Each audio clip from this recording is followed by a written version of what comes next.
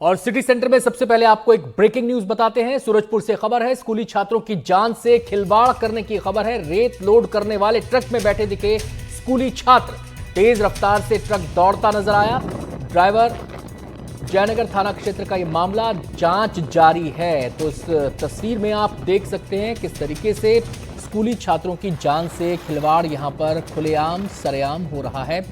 रेत ढोने वाला ये ट्रक है और इसमें स्कूली छात्रों को बैठाया गया और उसके बाद जो इसको चला रहा था ड्राइवर, वो तेज रफ्तार से इस सड़क पर बढ़ रहा है आगे। ऐसे में कोई हादसा भी हो सकता था और ये मामला सामने आया है। जयनगर थाना क्षेत्र का ये मामला है। इस पूरे मामले की जांच शुरू हो चुकी है। हमारे संवाददाता इमाम हसन हमारे साथ जुड़ गए हैं और जानकारी देने के लिए। इमाम, कब का ये मामला है और ये बच्चे इस ट्रक पर कैसे सवार हुए? जी देखिए, थाना जयनगर क्षेत्र का पार्वतीपुर से गुजरने वाले NH दानिश में एक बड़ी लापरवाही कैमरे में कैद हुई है। यहाँ पर वायरल हो रहे वीडियो में स्कूली बच्चे एक तेज रफ्तार हाईवा ट्रक में सवार होकर जाते दिख रहे हैं, जिनके कंधे पर स्कूली बैग भी देखा जा सकता है। हैरानी की बात यह है कि जो रेत से भरा ट्रक है उसमें ड्राइवर बेकाबू रफ्तार वाहन को दौड़ाता हुआ दिखाई दे रहा है। उसी में जो बच्चे हैं उसके ऊपर बैठे हुए हैं। वायरल वीडियो सामने आते ही प्रशासन ने इस मामले को गंभीरता से लिया है और सोशल मीडिया पर इसे अब लेकर लोगों का गुस्सा भी फूट रहा है। सबसे बड़ा सवाल यह है कि आखिर जो मासूम बच्चों की जिंदगी है, इस तरह से खुलेआम जो खिलवाड़ हो रहे हैं, उसकी जिम्मेदारी कौन लेगा? इस घटना में कई गंभीर सवाल भी जन्म दे दिया है। जो NGT अभी लागू है, जबकि 15 जून से, उसके बावजूद भी रेत का परिवहन हो रहा है। इसको लेकर भी जो खनिज विभाग है उसके ऊपर भी कई तरह के सवाल उठाए जा रहे हैं। बहुत बहुत शुक्रिया इमाम आपका इस पूरी जानकारी के लिए।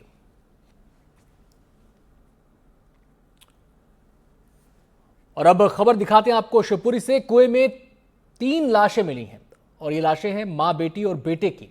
बैराड़ थाना क्षेत्र का ये मामला है, जांच जारी है। तो पूरे इलाके में इस लाशों के मिलने से सनसनी फैल गई है। कुएं में 3 लाशें मिली हैं और जो पहचान इनकी हो पाई है, शिनाख्त हो पाई है, वो ये पता चला है कि इन 3 लाशों में एक मां है, एक बेटी और एक बेटा है। अब इन्होंने ये कुएं में कैसे, किस वजह से कुएं से इनकी लाशें मिली हैं, क्या ये इन्होंने खुद कुएं में छलांग लगाई या कोई साजिश है इसके पीछे, ये तमाम पहलू हैं जांच के। और बैराड़ थाना क्षेत्र का ये मामला है, इसको लेकर जांच जारी की जा रही है। सर जी, कोई घर पे ही नहीं हो। हम तो बैराड़ पे एक बहू लाए बाबा हॉस्पिटल में, तो क्या है कि बच्चा उसको बाबा लाए, बच्चा बाबा आए। हमको तो सवेरे फोन आवे तब पता पड़ा है। तो घर पर कोई भी नहीं था? घर वाले नो तो और भी थे, पर रात में अब क्या पता क्या बजे क्या हुआ है उसका। उनके पति कहाँ गए थे? पति यहीं ससुराल में थे, गिरिराजी को। कोई झगड़ा वगैरह तो नहीं था? नहीं, कोई झगड़ा नहीं था। इनका मामला ये है कि इनका ग्राम जोराई के रहने वाली है ये महिला है, और इसके पति घर पे था नहीं। ये अपने घर पे सास ससुर से भी अलग रहती थी। एक बच्ची थी, एक बच्चा था। तीनों की डेड बॉडी पास वाले कुआं में जो घर के सामने बना था पाई गई थी सवेरे करीबन 6 बजे, और मरग कायम कर विवेचना में लिया गया है। जांच के दौरान जो आएगा उस हिसाब से कार्रवाई की जाएगी। सूचना अधिकारियों को बता दी गई। और हम सीधे रुक करेंगे, हमारे संवाददाता अतुल गौड़ हमारे साथ जुड़ गए हैं और जानकारी देने के लिए। अतुल, क्या कह रही है पुलिस? शुरुआती जांच के आधार पर मामला आत्महत्या का लग रहा है या फिर कोई एक और एंगल भी हो सकता है? जी बिल्कुल, देखिए इस मामले को लेकर के पुलिस तीनों एंगलों से जांच करने की कोशिश कर रही है। पुलिस ये भी मान के चल रही है कि कोई दुर्घटना घटित हो सकती है, लेकिन पुलिस ये भी मान के चल रही है कि सुसाइड का मामला भी हो सकता है, लेकिन हत्या की आशंका से भी पुलिस इनकार नहीं कर रही है। और यही वजह है कि पुलिस जो ग्रामीणों के बयान ले रही है, उन बयानों के आधार पर जो कुछ सामने आया उसमें यही सामने आया कि कोई लड़ाई झगड़ा नहीं था, कोई विवाद नहीं था। और राजी पति जो है मथुरा वृंदावन में गिरिराज की परिक्रमा लगाने गया था। पत्नी ने यहाँ तक उस पति से कहा था कि मेरे लिए मेकअप का सामान दे करके आना, और वो जो है मेकअप का सामान खरीद कर वापस लौटा, लेकिन ससुराल में एक दिन के लिए रुक गया था। लेकिन उसे सुबह ये सूचना मिली कि पत्नी जो है वो अपने दोनों बच्चों के साथ कुएं में बरामद हुई है लाश के रूप में। तो वो भी खुद हैरान है और ये पूरा मामला जो है बच्चे कितने बड़े थे?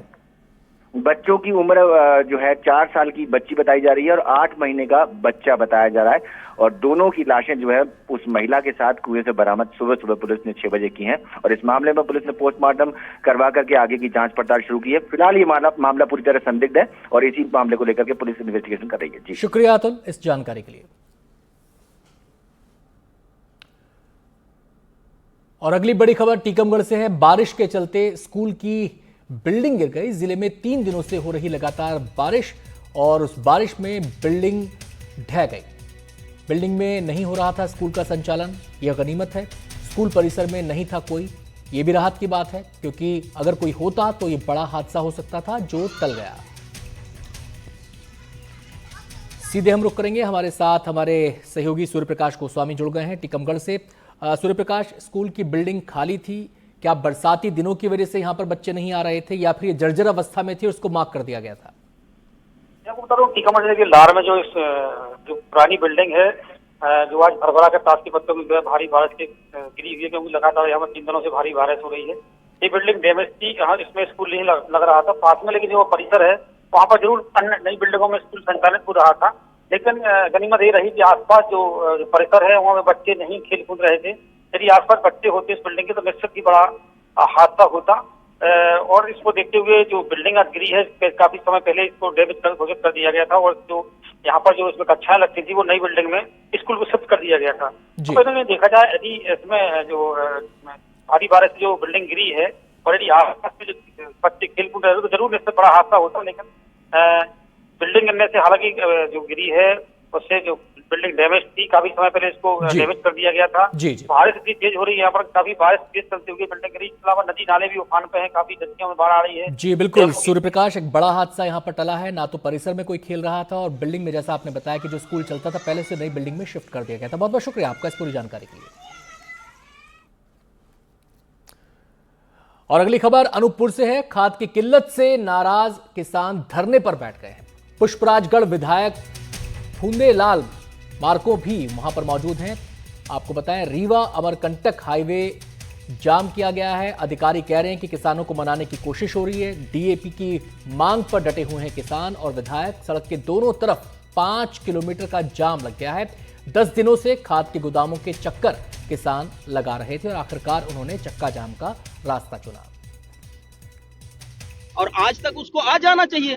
अभी तक इनका कछुए चाल में अभी कागजों पर ही खाद चल रहा है। इसके लिए हम लोग यहाँ धरने प्रदर्शन बैठे हैं और बैठे रहेंगे जब तक वो नहीं आएगा खाद। ये भी मैं बता देता हूँ, हार्ड कॉपी लेके आओ पुष्पराजगढ़ की डिमांड का। ये मैं बहुत आपका ये इससे मुझे नहीं है कि आप उसमें दिखाओगे मुझे।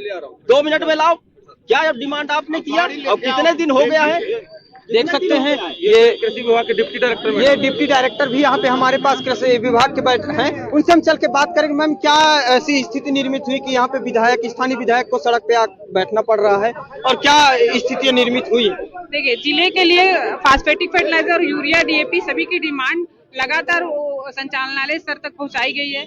जो संयुक्त संचालक के द्वारा भी कलेक्टर के माध्यम से ही जिले की पिछले साल के उपयोग के आधार पर 10% अतिरिक्त मांग बढ़ा करके संचालनालय स्तर पर दिखाई गई है। फर्टिलाइजर की आवक लगातार हो रही है, कोशिश कर रहे हैं। अभी भी रैक लगी हुई है, डीएपी फास्फेटिक फर्टिलाइजर की रैक जुकेही में लगी हुई है, जिससे ट्रक निकल चुके हैं। यूरिया के 2 ट्रक यहाँ आ चुके हैं डबल लॉक में।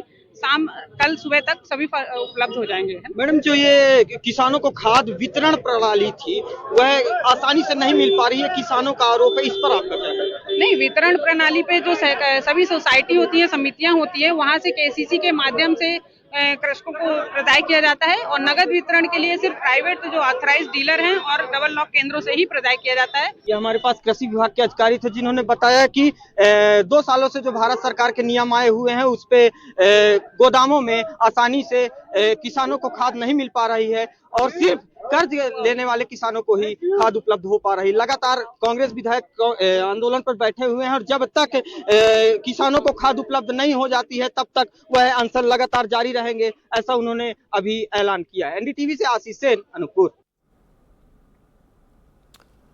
और अब बात करेंगे भोपाल की, जहां गड्ढे जो हैं सड़कों की पहचान बन गए। भोपाल की सड़कों पर अब आपको तालाब देखने का सौभाग्य प्राप्त होगा।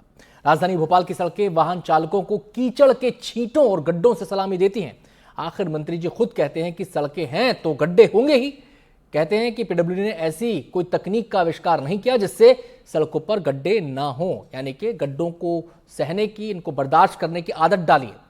शायद भोपाल के 74 बंगले की सड़कें मंत्री जी भूल गए हैं। खैर, लोगों का कहना है कि अब भोपाल में गाड़ी चलाएं या नाव समझना मुश्किल हो चुका है। ये जो लगातार हॉर्न की आवाज आप लोग सुन रहे हैं, ये कुछ और नहीं बल्कि परेशान हो रहे लोगों की आवाजें हैं जो हॉर्न के माध्यम से बाहर आ रही है। आप सड़कों के हाल देखिए, कितने बेहाल है, बदहाल है। और उसके बाद मंत्री जी कहते हैं क्या करें भैया, सड़कें हैं तो गड्ढे तो होंगे ही, और गड्ढों के कारण लोग परेशान हो रहे हैं, वो बात अलग है।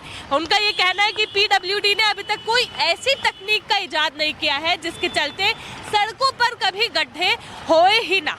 ये जो सड़कें आप देख रहे हैं, ये ऐसे व्यस्ततम इलाकों की सड़कें हैं जहां से हर दिन लाखों की संख्या में लोगों का आना जाना होता है, लेकिन सड़कों के हाल बेहाल है, बदहाल है। ये सड़क कुछ इस प्रकार की है कि समझ नहीं आ रहा है सड़क है या तालाब, लोगों को चल कर जाना है या तैर कर जाना है। बड़े ही ऐसी स्थिति में लोग फंस जाते हैं कि समझना मुश्किल हो जाता है भाई कि नाव चला रहे हैं या गाड़ी। भैया क्या लग रहा है इसको देखकर, नाव चला रहे गाड़ी चला रहे? नाव ही चला रहे हैं मैम। नाव चला रहे हैं, लग नहीं रहा ना कि गाड़ी चल पाएगी? नहीं चल पाई, बहुत समस्या, बहुत दिक्कतें होती है मैम, हर जगह बहुत समस्या। बिल्कुल दिक्कत तो हो ही रही है। आप देखिए लगातार ट्रैफिक इकट्ठा हो रहा है और परेशानी हो रही है। भैया आपको क्या लग रहा है, ऑटो चला रहे हैं, नाव चला रहे हैं? दीदी हमको तो ये लग रहा है कि हम यहाँ पे नाव चला रहे हैं, ऐसी चल रही है, डांस कर रही है अपनी गाड़ी यहाँ पे। तो पूरे भोपाल में घूमते होगे आप लोग, कितनी सड़कों के हाल बुरे दिख रहे हैं? बाकी ये 10 नंबर है, बाकी साइबर्ड पहुँच जाओ, 7 नंबर पहुँच जाओ, कहीं भी पहुँच जाए हाल ऐसे ही है। हाल तो ऐसे ही है बिल्कुल। और उसके बाद मंत्री जी कहते हैं अब सड़कें हैं तो गड्ढे तो होंगे ही। काका नाव चलाएंगे गाड़ी चलाएंगे? अभी तो गाड़ी चला रहा हूँ। लग रहा है कि हाँ नाव चलानी पड़ेगी। नहीं, नाव नहीं चलेगी। चलिए, ये तो नाव नहीं चलाएंगे, लेकिन यहाँ की सड़कों के हाल आप देखिए, आपको देखकर खुद ये समझ में नहीं आएगा कि निकले तो निकले कहाँ से। अभी बारिश नहीं हो रही है जिसके चलते यहाँ पर ट्रैफिक जो है केवल इतना ही जाम हो रहा है, लेकिन जब बारिश होने लगती है लोगों को समझ नहीं आता है कि गड्ढा किधर है, कहाँ से वे लोग जा सकते हैं और कहाँ से उन लोगों को आने का रास्ता मिल पाएगा। लेकिन ये जो सड़क के हाल है उसे देखकर असमंजस की स्थिति पैदा हो जाती है कि लोग किस तरह से निकले, और अगर निकलेंगे तो क्या वे लोग सुरक्षित पहुंच पाएंगे, क्या वे लोग यहाँ से निकलने के बाद ठीक रूप से जिस ढंग से उन्हें पहुंचना है। अंकल यहाँ पर आकर खड़े हैं, ऐसा नहीं लग रहा है पानी के बीच में एक टापू बना है, वहाँ के खड़े हो गए? जी बना हुआ है। जी बना हुआ है। कितनी परेशानी हो रही है निकलने में? बहुत परेशानी हो रही है। जी बिल्कुल। देखिए जगह जगह आप लोगों को रोक नहीं पाएंगे क्योंकि जिस तरह की स्थिति गड्ढों की है उसे देखकर बड़ी हैरानी और परेशानी वाली स्थिति लगती है। के बाद मंत्री जी कहते हैं अब सड़क है तो गड्ढे तो होंगे ही। इस तरह के गड्ढे आप एक्सपेक्ट करते हैं? बिल्कुल नहीं करते। सरकार क्यों बनाते हैं? अपनी जो हमारी सेवा कर सके, जो सही काम कर सके, इस कारण सरकार बनाई जाती है। जी आप खुद देखिए, बारिश अभी शुरू ही हुई है, आप हालत देखिए शहर की क्या हालत हो रही है। उनका ये कहना है कि अब गड्ढे हैं तो हम लोगों को एडजस्ट करना पड़ेगा। इस तरह के एडजस्टमेंट सबका लोग कर पाएंगे? ये गड्ढे उस एरिया में क्यों नहीं होते जहाँ वो लोग सरवाइव करते हैं? जी वहाँ होना चाहिए ना। बिल्कुल। देखिए एक बहुत बड़ी बात उन्होंने कह दी है कि गड्ढे उस एरिया में क्यों नहीं होते जहाँ पर वे लोग रहते हैं, जहाँ मंत्रियों के बंगले होते हैं, वो रोड चमकती रहती है, लेकिन गड्ढे उन इलाकों में ही होते हैं जहाँ पर आम जनता जूझती है। ये जो सड़कें आप देख रहे हैं, इस सड़कों की जो सतह आप देख रहे हैं, कहीं से भी आपको प्लेन नजर नहीं आएगी। जब बात मंत्रियों से की जाती है तो वे कहते हैं कि गड्ढे हैं, भरने का काम करेंगे, लोगों को परेशानी ना हो इसकी भी हम लोग सूझबूझ रखेंगे, लेकिन अंत में परेशानी होती है आम जनता को। मंत्री बढ़िया घर में बैठकर भजिए खा रहे होते हैं। कैमरामैन रिजवान खान के साथ निहारिका शर्मा, एनडीटीवी भोपाल। अब जनता बेचारी कुछ कर तो सकती नहीं, तो मजबूरी को ही मुस्कान बना लिया है, और मंत्री जी हैं कि उनके जख्मों पर नमक रगड़ रहे हैं। मध्य प्रदेश के पीडब्ल्यूडी मंत्री राकेश सिंह ने क्या कहा, अब जरा वो भी सुनिए। मैंने अभी क्या कहा आपसे कि गड्ढे कहाँ नहीं होते, बरसात में होते हैं, और कभी जब हैवी रेन होता है जिसकी कल्पना नहीं होती, तो अभी तो जरा राज्य मुझे बता सकते हैं आप लोग कि कौन सा ऐसा राज्य है जहां पर सड़कों पे अभी गड्ढे नहीं हुए? लेकिन सड़कें हैं तो कुछ गड्ढे भी होंगे। काय का राजस्व का नुकसान होगा डिग्री में, किसमें मॉडिफाई होगा? मैंने अभी आपसे कहा कि ऑलरेडी 119 डिग्री है वो पहले वाला, उसमें राजस्व का नुकसान होना है क्योंकि उसमें सेफ्टी मेजर का पालन नहीं किया गया है। तो उस पर कार्रवाई भी हो गई। अभी तक में इतनी बड़ी संख्या में कभी कार्रवाई नहीं हुई। माननीय मुख्यमंत्री जी के नेतृत्व में इतनी बड़ी संख्या में इस स्तर के अधिकारी सस्पेंड हुए। इस वाले में इसमें कोई डिग्री बदलने के लिए हमें कुछ नहीं करना है। मैंने अभी आपको स्पष्टता से कहा है कि यहाँ पर ऑलरेडी जो टर्निंग रेडियस है वो 15 मीटर कम से कम होना चाहिए, जो 20 मीटर है। तो इसमें कहीं कोई सरकार का आर्थिक रूप से कोई नुकसान नहीं होना चाहिए। तो जनता जो है सड़कों के गड्ढों से परेशान है और मंत्री जी सड़क बनाने की ग्रामर समझाने में लगे हुए हैं। एक छोटा सा ब्रेक हम यहां पर ले रहे हैं, जल्द लौटते हैं।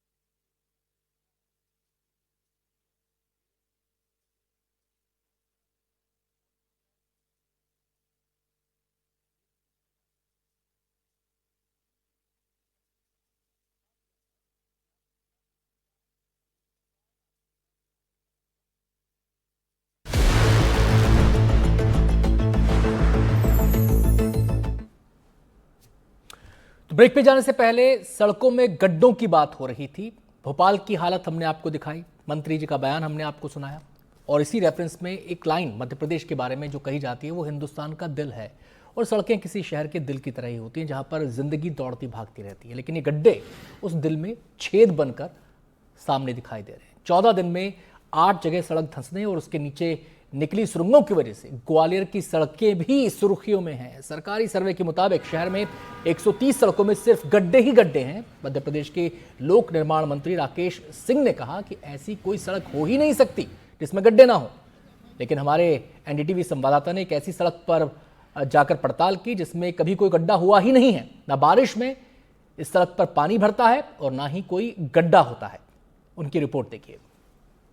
ग्वालियर की चेतकपुरी की रोड तो पूरे देश में चर्चा का विषय पिछले 20 दिन से बनी हुई है, जिसमें सुरंगें निकलने लगी थी अपने उद्घाटन के 4 दिन बाद से ही। लेकिन कल मध्य प्रदेश के पीडब्ल्यूडी मंत्री ने कहा कि कहीं भी ऐसी कोई रोड नहीं हो सकती जिसमें गड्ढे ना हो। ग्वालियर में कुछ दिन पहले जो नगरीय प्रशासन के अधिकारी आए थे, उन्होंने दौरा किया था तो पाया था कि ग्वालियर की 130 सड़कें ऐसी हैं जहां पर गड्ढे ही गड्ढे हैं और उनमें चलने की स्थिति नहीं है। लेकिन मंत्री जी ने कहा कि एक भी सड़क ऐसी नहीं है जिस पर कि गड्ढे ना हो। तो मैं मंत्री जी को बताना चाहता हूं कि देखिए मंत्री जी, ये ग्वालियर की गांधी रोड है और आप देख सकते हैं कितनी मजबूत रोड है। देखिए आप देख सकते हैं कि इसको अगर अपन तोड़ने की कोशिश भी करेंगे तो तोड़ नहीं सकते हैं। ये रोड जो है आपको यहाँ से लेकर जहाँ तक दिखाई देती है, आप देख सकते हैं। यहाँ से दिखाएंगे हम लंबी रोड तो आप देखेंगे, और चाहे इस तरफ देखेंगे, दोनों तरफ अगर रोड को देखेंगे तो आपको लगेगा कि इस रोड पर आपको गड्ढा नामक कोई चीज़ कहीं मिलेगी ही नहीं। कोई गड्ढा नहीं मिलेगा, कभी नहीं मिलेगा। और ऐसा नहीं कि ये गड्ढा अभी नहीं है, ये गड्ढा इस पर कभी भी नहीं रहा है, क्योंकि ये रोड लगभग हर 2-3 महीने में बिना टूटे हुए भी बनती रहती है। बनती इसलिए रहती है क्योंकि इस पर सारे IAS IPS के बंगले हैं। इसको गांधी रोड कहा जाता है। ये सबसे पॉश इलाका है, VVIP इलाका है और करोड़ों रुपए हर महीने सड़क और इसके सौंदर्यीकरण पर खर्च होते रहते हैं। आप देख सकते हैं कि इस तरफ की रोड भी देख लीजिए आप, बरसात है इस समय पूरे मध्य प्रदेश की सड़कें टूटी पड़ी हैं, लेकिन एक भी गड्ढा अगर इस सड़क पर नहीं दिखाई दे सकता है किसी को। हम कुछ लोगों से बात करते हैं कि ये बताइए कि ये इस रोड, ये जो रोड है कौन सी रोड है ये गांधी रोड है। कब से इस पे आपने गड्ढे नहीं देखे हैं, आप बताइए। देखिए ये इस रोड पर तो मैं समझता हूँ कि मेरी जितनी उम्र है और जब से होश संभाला है तब से इस रोड पर गड्ढे नहीं देखे हैं। इस रोड का दुर्भाग्य समझ लीजिए या इस रोड का सौभाग्य समझ लीजिए। ये रोड तो काफ़ी लंबी है, लेकिन इस रोड के उतना पार्ट जितना ये अधिकारियों के बंगले के सामने से और नेताओं के बंगले के सामने से गुजरता है, ये चमचमाती रोड, इतना पार्ट चमचमाती रोड जो है आज सदियों से इसको ख़राब नहीं देखा है और हर साल इसमें करोड़ों रुपए इन्वेस्ट करके और इसे अच्छा बनाने का प्रयास किया जाता है और इस वर्ष भी इसे किया गया। पूरा शहर जो है बरसात में बर्बाद है, पूरे शहर की रोडें बर्बाद हैं, लेकिन ये रोड आज तक बर्बाद नहीं हुई है। इसका मतलब ये शहर जो है भ्रष्टाचार के एक बड़े कारोबार से जूझ रहा है। सुना मंत्री जी आपने, ये रोड जब से बनी है तब से कभी किसी ने इस पर गड्ढे नहीं देखे हैं, क्योंकि सर्किट हाउस भी इसी रोड पर है, रेस्ट हाउस भी इसी रोड पर है और सारे IAS IPS अधिकारियों के बंगले भी इसी रोड पर हैं और इसी रोड पर करोड़ों रुपया आप देखेंगे कि ये अभी स्मार्ट सिटी से इस रोड का फिर रोड के बगल में भी एक रोड बनाई गई है जिसमें कोई चलेगा नहीं ऐसा बना दिया गया है, लेकिन आप इस पर करोड़ों रुपया खर्च किया स्मार्ट सिटी के नाम पर। क्यों? क्योंकि इस पर कोई चलेगा नहीं, चलने के लिए तो बगल में रोड है ही और ये रोड VIP रोड के रूप में जानी जाती है जिस पर कभी कोई गड्ढा नहीं हुआ और आगे भी कभी नहीं होगा। हमारे साथ कुछ और लोग हैं। ये बताइए कि ये रोड पर गड्ढे आपने कब से नहीं देखे? देखिए सर, बारिश के मौसम में ग्वालियर की रोडों का तो बड़ा बुरा हाल हो जाता है। ये जो आप यहाँ इस वक्त खड़े हुए हैं वर्तमान में, ये गांधी रोड है। यहाँ टोटल IAS IPSओं के बंगले हैं। शायद मुझे लगता है कि उसका ध्यान इसलिए रखा गया है क्योंकि यहाँ पर प्रशासन अधिकारी निवास करते हैं। बाकी आप इस रोड को छोड़कर शहर में कहीं भी निकलेंगे आपको सही रोड नहीं मिलेगी। हर जगह आपको गड्ढे मिलेंगे, टूटे टाटे लाइनें मिलेंगी, कहीं किसी विभाग की कहीं किसी विभाग की। बहुत बुरा हाल है और मैं तो ये कह रहा हूँ कि इस टाइम भ्रष्टाचार भी नगर निगम ग्वालियर में चरम पर है। आपकी बात को कहीं कोई सुनने वाला नहीं है और रोडों का क्या, सारी व्यवस्थाओं का ही बुरा हाल है। देखिए, तो ये रोडों का जो हाल है वो सबको पता है, लेकिन ऐसा भी नहीं है कि मध्य प्रदेश सरकार की रोडें बहुत ख़राब हैं। एक रोड जो है इतनी VIP है, इतनी बढ़िया है, जिस पर गड्ढे लोग देखने को तरस गए हैं। कहीं कहीं जो शहर की बाकी सड़कें हैं वहाँ भले ही लोग इस बात के लिए तरस जाएं कि सड़क में गड्ढे में सड़क दिखाई दे जाए, लेकिन यहाँ लोग आते हैं सिर्फ सड़क देखने के लिए, क्योंकि यहाँ गड्ढे नहीं मिलते हैं। गड्ढे देखने के लिए भी आंखें तरस जाती हैं। तो इस तरह से ये कहना ठीक नहीं है मंत्री जी कि मध्य प्रदेश में कोई भी रोड ठीक नहीं है। हमारे सामने ग्वालियर की ये गांधी रोड है जो कभी भी ना इस पे गड्ढे हुए थे ना होंगे, क्योंकि ये आम नहीं खास लोगों की रोड है। इस पर अफसर रहते हैं, इससे नेता निकलते हैं और आम जनता यहाँ रोड देखने आ सकती है। ग्वालियर से देव श्रीमाली, NDTV। तो ग्वालियर की एक गांधी रोड जनता को बड़ा सबक दे रही है कि भैया मेहनत करो, IAS वाईएस बनो, नेता मंत्री बनो, तब बिना गड्ढे की सड़क पाओ, और जब तक नहीं बन पा रहे हो तब तक शिकायत मत करो। अगली खबर का रुख करते हैं। मंडला की तस्वीर आपको दिखाएंगे। मंडला में नेशनल हाईवे पर जगह जगह गड्ढे। MP से छत्तीसगढ़ को जोड़ने वाली सड़क बदहाल है। फूल सागर पर बने पुल पर बड़े बड़े गड्ढे हैं, पुल पर भी गड्ढे हैं। गड्ढों में से बाहर निकल रहा सरिया। लोगों की शिकायत के बाद हालात जस के तस। तो सड़क पर बड़े बड़े गड्ढों की तस्वीरें मंडला के नेशनल हाईवे 30 की हैं, जहां फूल सागर पर बने पुल पर जगह जगह गड्ढे दिखाई दे रहे हैं। ये गड्ढे इतने बड़े हैं कि इनमें से सरिया निकलता दिखाई दे रहा है। ये MP से छत्तीसगढ़ को जोड़ने वाली मुख्य सड़क है, लेकिन इसके बावजूद इसके हालात यहाँ के प्रशासन की लापरवाही को उजागर कर रहे हैं। इन गड्ढों के कारण यहाँ दुर्घटना का खतरा हमेशा बना रहता है। देखिए, आप सोच रहे होंगे ये चांद के गड्ढे हैं, हम चांद में खड़े हैं, मगर ये चांद के गड्ढे नहीं है। ये NH30 एक राष्ट्रीय राजमार्ग जो मंडला से जबलपुर को जोड़ता है, एकमात्र मध्य प्रदेश को छत्तीसगढ़ से जोड़ता है, उसका यह पुल है, उसकी यह रोड है। और आप देख सकते हैं इस पुल की जर्जर हालत को। ये आप देखिए, यहाँ पर ये सरिये निकले हुए हैं, पूरा गड्ढे बने हुए हैं। ये सरिये देखिए, ये ऐसे सरिये हैं। ये सब निकले हुए हैं। कभी भी कोई भी बड़ी दुर्घटना हो सकती है, कभी भी यह पुल टूट सकता है। और इस पुल की हालत इतनी बदतर हो गई है, ना जिला प्रशासन को दिख रहा है, ना NH को दिख रहा है, ना WRD वाले जो ये काम करते हैं रोड डेवलपमेंट का, इनको दिख रहा है। और ये लगभग पुल 50 साल का लगभग मेरी जानकारी में हो गया है। और हमारे साथ कुछ स्थानीय लोग हैं, हम इनसे बात करते हैं। भाई साहब, क्या नाम है आपका?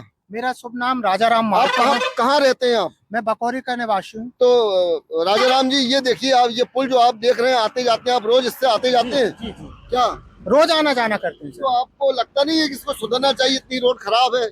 सर, हम तो इसकी शिकायत भी कर चुके हैं सुधारने के लिए, लेकिन एक दिन के लिए सुधरता है, दूसरे दिन फिर वही लीपापोती हो जाता है। सर, हम तो चाह रहे हैं नया पुल का निर्माण होना चाहिए। तो ये पुल लगभग कितने दिन पुराना, कितने साल हो गए? ये लगभग 50 साल पुराना पुल है। तो इसको आपको लगता है ना कि सुधरना चाहिए? जी, बिल्कुल नया पुल बनना चाहिए। अगर ये पुल टूट जाता है तो कहाँ से कहाँ का संपर्क टूटेगा? यहाँ अगर ये पुल टूट रहा है तो छत्तीसगढ़ से माने पूरा जबलपुर हाईवे पूरा बंद हो जाएगा और कहीं से कोई आने जाने का मार्ग ही नहीं है। तो देखिए, राजाराम जी का कहना है कि अगर ये पुल अगर क्षतिग्रस्त होता है या टूटता है तो छत्तीसगढ़ से मध्य प्रदेश का संपर्क या जबलपुर से मंडला का संपर्क सीधे तौर पर टूट जाएगा। आप भाई साहब, क्या नाम है आपका? मेरा नाम कमल सिंह मरावी है। तो आप कहाँ रहते हैं? मैं ग्राम जुझारी में रहता हूं। तो ये यहाँ से ही पास में 5 किलोमीटर ग्राम जुझारी का के रहने वाले हैं। आप क्या रोज आते जाते हैं बच्चों को लेना, क्या करते हैं? जी हाँ, डेली आना जाना होता है मेरा, बच्चों को लेने जाना, स्कूल ले जाता हूँ, लाता हूँ। तो ऐसे खतरनाक पुल से जाने में आपको डर नहीं लगता? सर, ये बहुत डर लगता है, पर अब क्या कर, हम मजबूर हैं। अब तो हम आशा ही करते हैं कि भाई शीघ्र ही बन जाए, है ना, भाई कोई मामला, कोई हादसा ना हो, है ना। जो भी टेंडर जो लिया है, ठेकेदार जो भी सरकार है बना रही है, तो उसको ध्यान देना चाहिए कि ये चीज कोई मामला ना हो और बन जाना चाहिए। ये हमारा कहना है। मतलब तो आपके जैसे और भी लोग आते जाते होंगे, सबको दिक्कत होती होगी? हाँ, दिक्कत तो सबको होती होगी सर। मैं तो अपना बता रहा हूँ कि मेरी दिक्कत होती है, आने जाने वालों को भी दिक्कत होती होगी भाई, सभी को होता होगा ना भाई, सबके लिए तो ये बना हुआ है। अगर शायद कुछ हो जाए तो सब रुक जाएंगे, फिर ये तो बड़ी गाड़ी छोटी गाड़ी। तो देखिए, इनका कहना है कि अगर कुछ होता, पुल टूटता, तो सब कुछ यहाँ पर तहस नहस हो जाएगा, मंडला से छत्तीसगढ़ का मार्ग अवरुद्ध हो जाएगा। और अकेले लोकल के ये लोग नहीं, ये बड़े बड़े वाहन जो एक स्टेट से दूसरे स्टेट को जाते हैं, वो यहाँ से जाते हैं। इन वाहन मालिकों की भी बड़ी व्यथा है। इनका कहना है कि हमारी गाड़ियों का मेंटेनेंस, हमारे आने जाने में समय खराब होना, बहुत सारी चीजें हैं। इन सब को लेकर के यह जिला प्रशासन को अब इसमें चेतना चाहिए और इस पुल का या तो नए पुल का निर्माण कराना चाहिए या इस पुल की पुख्ता मरम्मत कराना चाहिए, क्योंकि पैच वर्क हमेशा हो रहा है। और 10 दिन पहले पैच वर्क हुआ, जो खड़ गया, और अभी पैच वर्क फिर चल रहा है। तो ये कब कितने दिन चलेगा, इसकी कोई भी गारंटी नहीं है। NDTV, चंद्रेश खरे, मंडला। तो प्रदेश की सड़कों का सूरत हाल आपने देख लिया। ऐसे में दरख्वास्त करना बनता है सरकार से कि सरकार जनता की आवाज़ सुनिए, सड़कों को ठीक करवा दीजिए। और जब तक ये आवाज़ नहीं सुनी जाती तो एक दरख्वास्त जनता से भी कि गांधी रोड जैसी चकाचक सड़कों की तस्वीर अपने घर में लगा लीजिए और ये सबक लीजिए कि मेहनत करनी है, VIP बनना है, तब शायद अच्छी सड़क नसीब हो जाए। इस बुलेटिन में इतना ही, छोटा सा ब्रेक, जल्द लौटते हैं।